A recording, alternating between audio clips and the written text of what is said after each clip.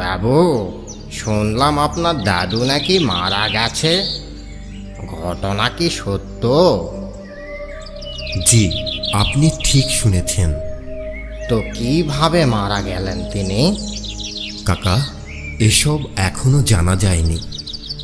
মানুষের মুখে শুনলাম সকালে তার লাশ নাকি পুকুরে ভেসে উঠেছে। হ্যাঁ, আমিও শুনেছি।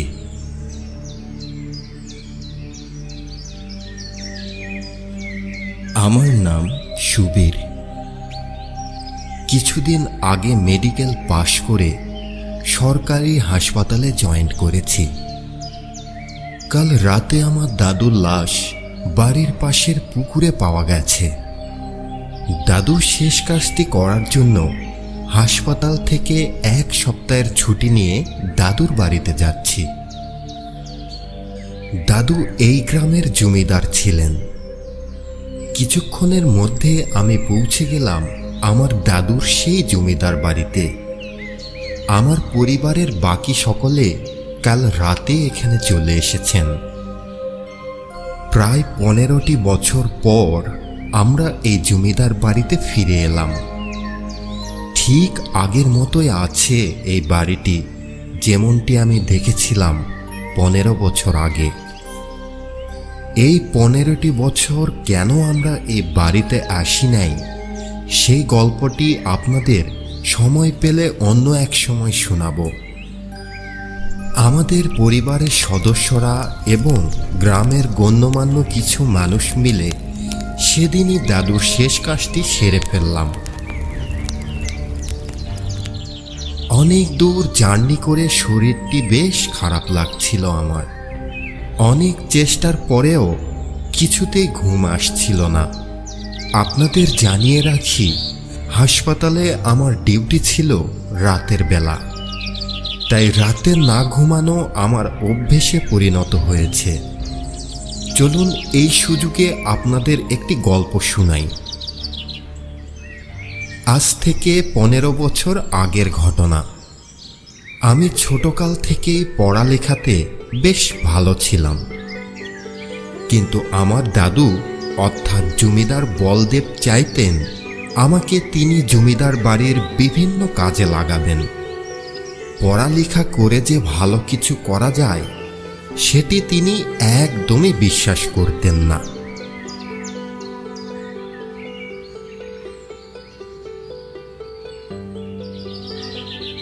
শোনো জগদীশ, আজ থেকে তোমার ছেলে আমার জমি জমা হিসেবের কাজ করবে। এসব পড়াশোনা অনেক হয়েছে, এখন কাজ করে খাও।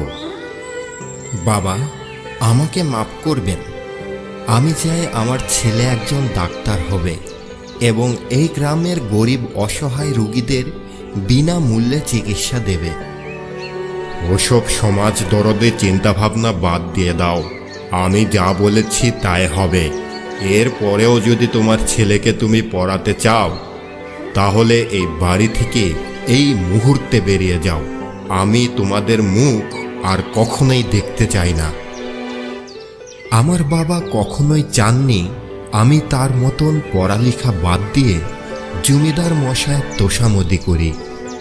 তাই আর কোনো কিছু না ভেবে আমার বাবা আমাকে এবং আমার মাকে নিয়ে কলকাতা শহরে চলে আসেন। তারপর থেকে এই প্রথমবার আমরা জমিদার বাড়িতে এলাম। রাত যখন আনুমানিক 1টা হবে, তখন হঠাৎই আমি জানালা দিয়ে লক্ষ্য করলাম পুকুরের যেখানে দাদুর লাশটি ভেসে উঠেছিল ঠিক সেখানে দাউ দাউ করে আগুন জ্বলছে। আমি ভীষণ অবাক হলাম। পুকুরের মধ্যে পানির উপরে কিভাবে আগুন জ্বলতে পারে?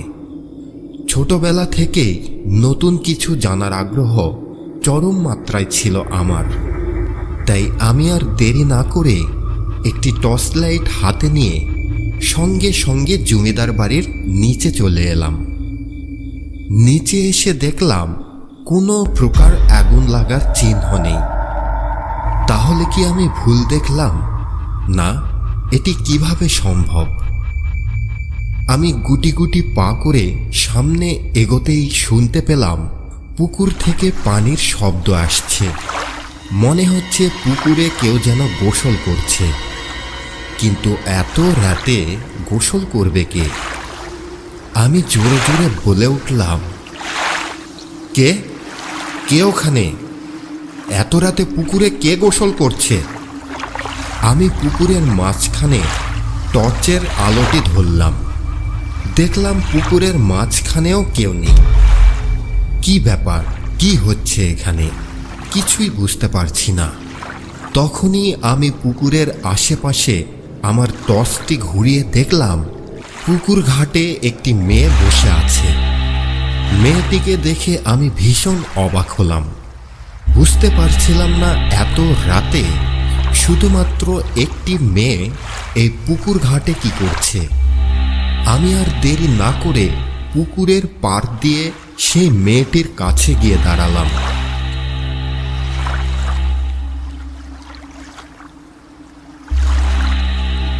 কে কে ওখানে? এত রাতে তুমি পুকুর পাড়ে কি করছো? আরে আমি গো, আমি তোমার ছোটকালের বন্ধু মায়া।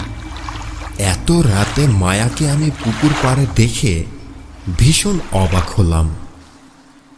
মায়া, এত রাতে তুমি এখানে কি করছো? সে অনেক কথা, সেসব কথা বাদ দিয়ে তুমি বলো, এতদিন পর এই গ্রামে এসে কেমন লাগছে? অতীতের অনেকগুলো স্মৃতি চোখের সামনে ভাসছে। মন চাইছে এই গ্রামেই আমার বাকিটা সময় কেটে দেই, কিন্তু তা সম্ভব নয়। মায়া, তোমার কি মনে আছে সেই স্কুল লাইফের কথা? হ্যাঁ, আমার মনে আছে। টাকার অভাবে আমি এক সময় আমার পরীক্ষার ফিস জমা দিতে পারছিলাম না। সেটা দেখে তুমি তোমার বাবাকে মিথ্যা কথা বলে টাকা এনে আমার পরীক্ষার ফিস জমা দিয়েছিলে। শুধু তোমার জন্যই আমি আমার পরীক্ষাটি দিতে পেরেছিলাম। তোমার পরীক্ষার ফিসটি দেবার পর মাস্টারমশাই আমার বাবাকে এই কথাটি জানিয়ে দেয়। কথাটি শুনে আমার বাবা আমাকে সেদিন ভীষণ মারধর করেছিল। মায়া, তুমি ছোটবেলাতে কত অপরূপ সুন্দরী ছিলে। কত বছর থেকে আমি তোমাকে দেখিনি। তোমার মুখের উপর থেকে এই ঘোমটাটি সরিয়ে আমাকে কি তোমার মিষ্টি সেই মুখটি একবার দেখাবে? মায়া যখনই তার ঘোমটাটি সরিয়ে আমার দিকে তাকালো, তার চেহারা দেখে আমি আর আমার নিজের চোখকে কিছুতেই বিশ্বাস করতে পারছিলাম না। কি বিভৎস চেহারা তার! এই গল্পটির বাকি অংশ দেখব আমরা পরবর্তী পর্বে। মায়া, তুমি ছোটবেলাতে কত অপরূপ সুন্দরী ছিলে। কত বছর থেকে আমি তোমাকে দেখিনি। তোমার মুখের উপর থেকে এই ঘোমটাটি সরিয়ে আমাকে কি তোমার মিষ্টি সেই মুখটি একবার দেখাবে? মায়া যখনই তার ঘোমটাটি সরিয়ে আমার দিকে তাকালো, তার চেহারা দেখে আমি আর আমার নিজের চোখকে কিছুতেই বিশ্বাস করতে পারছিলাম না। কি বিভৎস চেহারা তার! কি সুবীর বাবু, আমাকে দেখে অবাক হলে তো? আজ থেকে ঠিক 7 দিন আগে আমাকে মেরে ফেলা হয়েছে এই পুকুরেই। মায়া, কি হয়েছে তোমার? তুমি আমাকে সব খুলে বলো।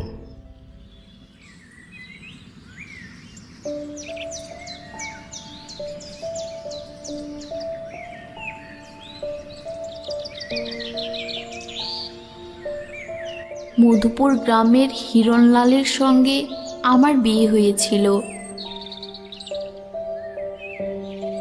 আমাদের একটি মাত্র সন্তান চূর্ণ। আমার স্বামী ছিল একজন ট্রাক ড্রাইভার। সে প্রতিদিন ট্রাক চালিয়ে মদ্যপান করে এসে আমার উপর নির্যাতন করত। হে মায়া, তোকে না বলেছি আমি বাইরে থেকে এলে আমার সেবা যত্ন করবি? আমার পোশাকগুলো পরিবর্তন করে দিবি। তাহলে কেন তোকে বারবার আমাকে বলতে হয়? আমার ভুল হয়েছে, আমাকে ক্ষমা করে দিন।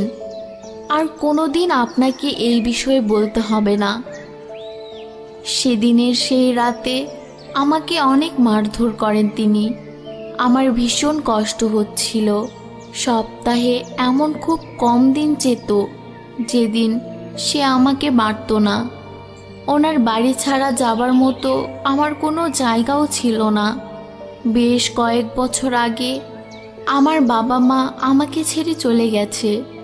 আমার বাবা মা মারা যাবার পর তাদের জমিটুকুও জমিদার মশাইয়ের কাছে বিক্রি করে দিয়েছে আমার স্বামী। শুধু ছেলেটার মুখের দিকে চেয়ে সব নির্যাতন সহ্য করে এই বাড়িতেই আমাকে থাকতে হতো।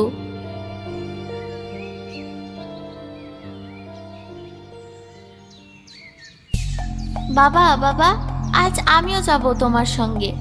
আমাকেও তো একসময় ট্রাক চালানো শিখতে হবে, তাই না? না বাবা চুন্নু, তুমি যেও না। তোমাকে ছাড়া আমাকে বাড়িতে একদমই ভালো লাগবে না। এই, আমার ছেলে আমার সঙ্গে যাবে, তুই তাতে বারণ করার কে? হ্যাঁ, সেদিন আমার উপর জেদ করে আমার ছেলেকে তার সঙ্গে নিয়ে গেলেন তিনি। কিন্তু সেদিনের চাওয়াটা আমার স্বামীর শেষ চাওয়া ছিল। বিপরীতমুখী একটি ট্রাকের সঙ্গে মুখোমুখি সংঘর্ষে আমার স্বামী সেখানেই মারা যায়, আর আমার ছেলে চুন্নু ভীষণভাবে আহত হয়। রাস্তার কিছু মানুষ আমার ছেলেকে হাসপাতালে ভর্তি করালেন। ডাক্তার সাহেব, আমার ছেলেকে আপনি বাঁচান, সে ছাড়া আমার আর পৃথিবীতে কেউ নেই। আপনার ছেলের অবস্থা অনেকটা খারাপ, ইমার্জেন্সিভাবে অপারেশন করতে হবে, নইলে বাঁচানো যাবে না। 2 লক্ষ টাকা লাগবে। আপনি এক্ষুনি গিয়ে টাকাটা নিয়ে আসুন। আমি আর দেরি না করে গ্রামে এসে টাকার জন্য জমিদার মশাইয়ের কাছে এলাম।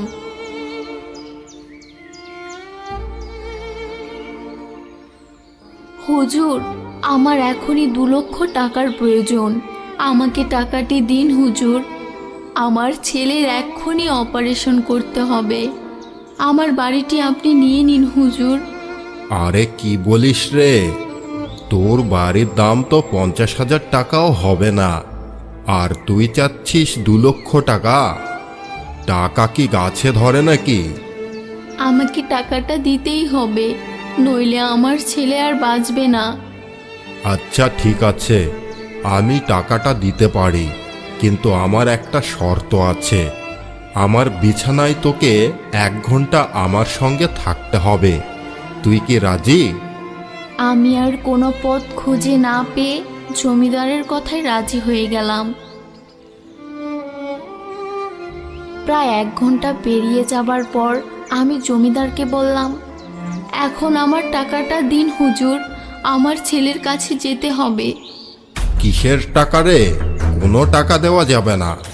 10 টাকার একটি মেয়ে হয়ে চাচ্ছিস 2 লক্ষ টাকা? দূর হ আমার চোখের সামনে থেকে। যার কাছে নালিশ দেবার মন চায় তার কাছে গিয়ে নালিশ দে যা। মনে রাখিস, আমার সঙ্গে তুই যা করেছিস সেটি কি তুই কাউকে বলতে পারবি? সেদিন আমি জমিদারের সামনে অনেক আকুতি মিনতি করেছি, তার 2টি পা ধরেছি, কিন্তু সে আমাকে একটিও টাকা দেয়নি। আমি সেদিন আর দেরি না করে হাসপাতালে চলে গেলাম। ডাক্তার সাহেব, আমি টাকাটি নিয়ে আসতে পারিনি। আপনি অপারেশন করুন, আমি যেভাবেই হোক টাকা নিয়ে আসব।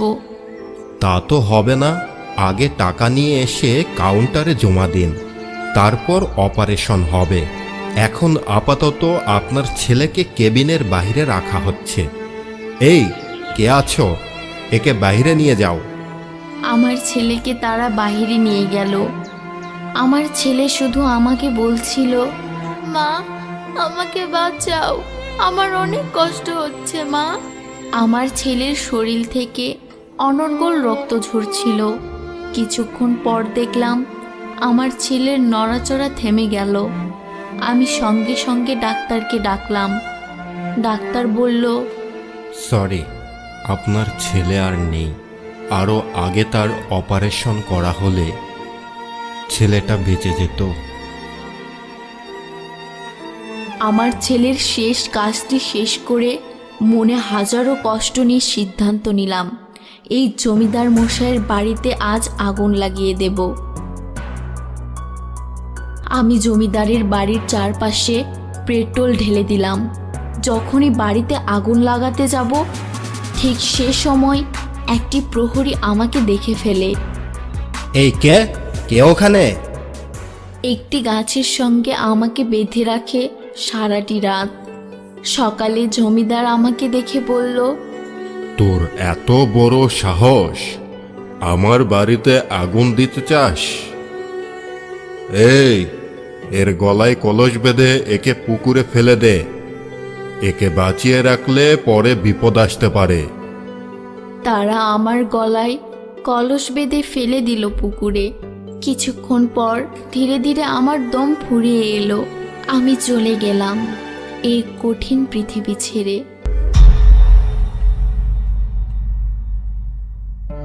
ধীরে ধীরে আমি জমিদার বাড়ির সবাইকে মেরে ফেলেছি। কাল দুপুরে তোমার দাদা সেই পাপী জমিদারকে পুকুরে পেয়ে তার গলা টিপে মেরে ফেলেছি। মায়ার এই কথাগুলো শুনে আমি আমার চোখের পানি ধরে রাখতে পারলাম না। সেই রাতের পর থেকে আমি প্রতি রাতে পুকুর পাড়ে এসে মায়ার সঙ্গে গল্প করি। জমিদার বাড়িটি এখন আমাদের এই গ্রামের মায়া জেনারেল হাসপাতাল নামে পরিচিত। আর আমি এই হাসপাতালের পরিচালক ডাক্তার নীরেন কুমার সুবীর। মায়া জেনারেল হাসপাতালে গরিব অসহায় রোগীদের বিনামূল্যে চিকিৎসা প্রদান করা হয়।